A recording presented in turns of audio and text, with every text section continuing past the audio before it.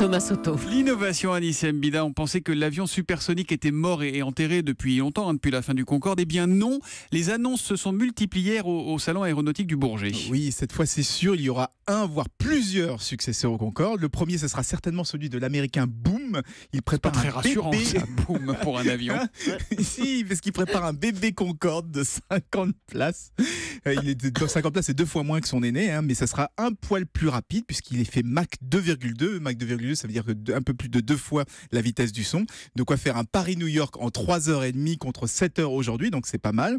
Et sur le salon du Bourget, ils ont aussi montré leurs muscles. Ils ont annoncé 76 précommandes de plusieurs compagnies aériennes, donc c'est la preuve que le supersonique commercial intéresse toujours, malgré des noms un peu bizarres. Je croyais que c'était pas rentable, que le Concorde était un gouffre financier, non ? Oui, c'est vrai, mais il faut rappeler que le Concorde date quand même des années 70 et que ça doit faire 14 ans qu'il a été arrêté.